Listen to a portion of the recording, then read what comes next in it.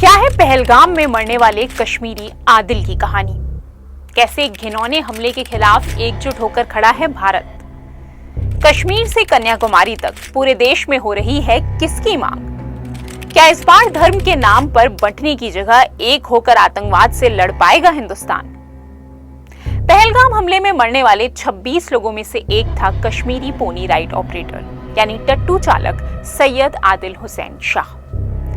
बैसारन घाटी में या तो आप नंगे पैर या फिर टट्टू पर ही जा सकते हैं और इसलिए बीते मंगलवार को टूरिस्ट्स के साथ वो भी हमले का चश्मदीद गवाह बना।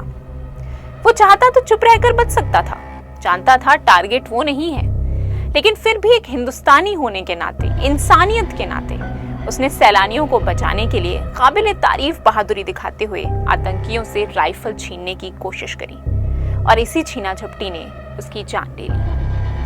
अनंतनाग का रहने वाला 34 वर्षीय ये जांबाज शख्स रोज 300 से 400 रुपए कमाकर अपना घर चलाता था। कुछ समय पहले ही अपनी नन्ही बेटी खो चुका आदिल नहीं चाहता था कि फिर कोई बच्चा अपने पिता से दूर हो और इसलिए बिना जान की परवाह किए उसने निडरता का वो चेहरा दिखाया जो हमेशा से कश्मीरियों की सबसे बड़ी खूबी रहा है।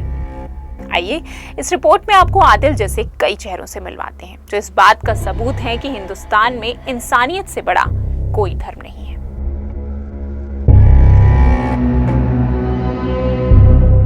पहलगाम जाने के लिए तैयार बंगलुरु की पूजा माने को गुलमर्ग में आया एक फोन कॉल जिस पर एक रिश्तेदार ने वहां हुए आतंकी हमले के बारे में बताया। सुनते ही पूजा के हाथ पांव फूल गए। कुछ समझ में नहीं आ रहा था वो क्या करे। उसने फटाफट अपने ड्राइवर इम्तियाज को सब कुछ बता दिया। खतरे को भांपते हुए इम्तियाज तुरंत उन्हें गुलमर्ग से अपने घर श्रीनगर ले गया और फिलहाल अभी वो वहीं सुरक्षित है।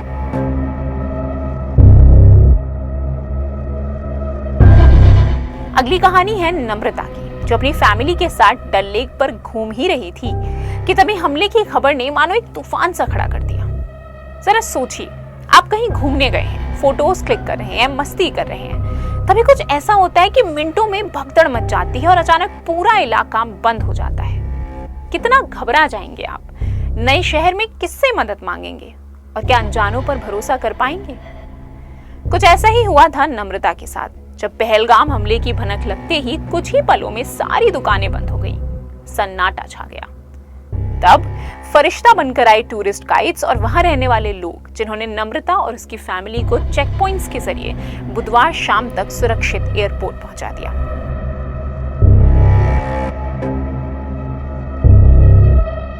हमले के फौरन बाद स्टेट गवर्नमेंट हरकत में दिखी और स्पेशल फ्लाइट भी अरेंज की गई, लेकिन जम्मू कश्मीर जैसे पहाड़ी इलाके में नेटवर्क इश्यूज, इंटरनेट प्रॉब्लम, सही और पूरी जानकारी ना मिल पाना और कई रास्ते बंद होने की वजह से सैलानियों को काफी मशक्कत का सामना करना पड़ा।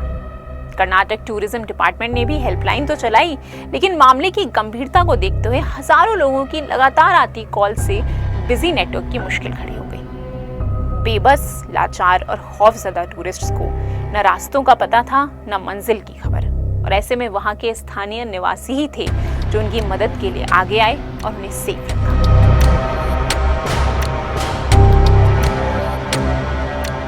आतंक के खिलाफ एकजुटता दिखाते हुए लोकल कश्मीरीज और टैक्सी ड्राइवर्स ने अनंतनाग में कैंडल लाइट मार्च के जरिए ये मैसेज दिया कि धर्म पूछकर मारा भले ही गया हो, लेकिन मदद के लिए धर्म नहीं पूछा जाएगा। सौयों लोकल रेजिडेंट्स, व्यापारी, स्टूडेंट्स और यहाँ तक कि राजनेता भी आतंक की इस लड़ाई में एक साथ डटे दिखे। सबकी आंखों में रोष और हाथों में प्लाकार्ड्स थे जिन पर साफ शब्दों में लिखा था, stop innocent killings, we stand united against terror.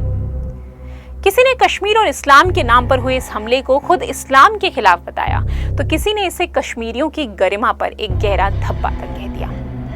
केंद्र सरकार हो या विपक्ष, हिंदू हो या मुसलमान, सबने एक सुर में बस एक ही चीज दोहराई, अब बस बहुत हुआ, अब जवाब देना पड़ेगा। इस हमले में पाकिस्तान का हाथ होने के पुख्ता सबूत मिलने के बावजूद लगातार मुंह मोड़ रही पाकिस्तानी सरकार पर इंडस वाटर्स ट्रीटी तोड़ने से लेकर ट्रैवल रिस्ट्रिक्शंस तक भारत सरकार ने जवाबी हमले की शुरुआत कर दी है। पूरा हिंदुस्तान एक साथ राजनीति नहीं, अब देश नीति पर उतर आया है, जिसका खामियाजा आतंकी के पनाहगारों को जल्द ही चुकाना पड़ेगा। जरा सोचिए, धर्म पूछकर मारने वाले इन आतंकियों ने क्यों उस आदिल को नहीं छोड़ा जो उन्हीं की कौम का था? क्योंकि धर्म तो सिर्फ एक बहाना था, उन्हें तो भारत को दहलाना था। ऐसे लोग सिर्फ आतंक की भाषा समझते हैं और हिंदू मुसलमान की लड़ाई में दूर से मजे लेना जानते हैं कि ना हिंदू के सगे हैं ना मुसलमानों के। क्यों आदिल और इम्तियाज जैसे लोगों ने अपनी जान पर खेलकर दूसरों की जान बचाने की कोशिश करी? क्योंकि आज भी इंसानियत भारत की रूह में बसती है। इस शर्मनाक घटना के खिलाफ आज पूरा भारत एक साथ खड़ा होकर इंसाफ मांग रहा है और ये एक संदेश है, एक गूंज है उन आतंकवादियों के खिलाफ कि भारत अब नहीं बटेगा। हिंदू हो या मुसलमान, आतंक के खिलाफ सब एक थे, हैं और हमेशा रहेंगे। क्या है इस घटना पर आपकी राय? कमेंट सेक्शन के जरिए हम तक पहुंचाएं अपनी बात और देश और दुनिया की ताजा खबरों के लिए इंस्टाफीड का बेल आइकन जरूर प्रेस करें।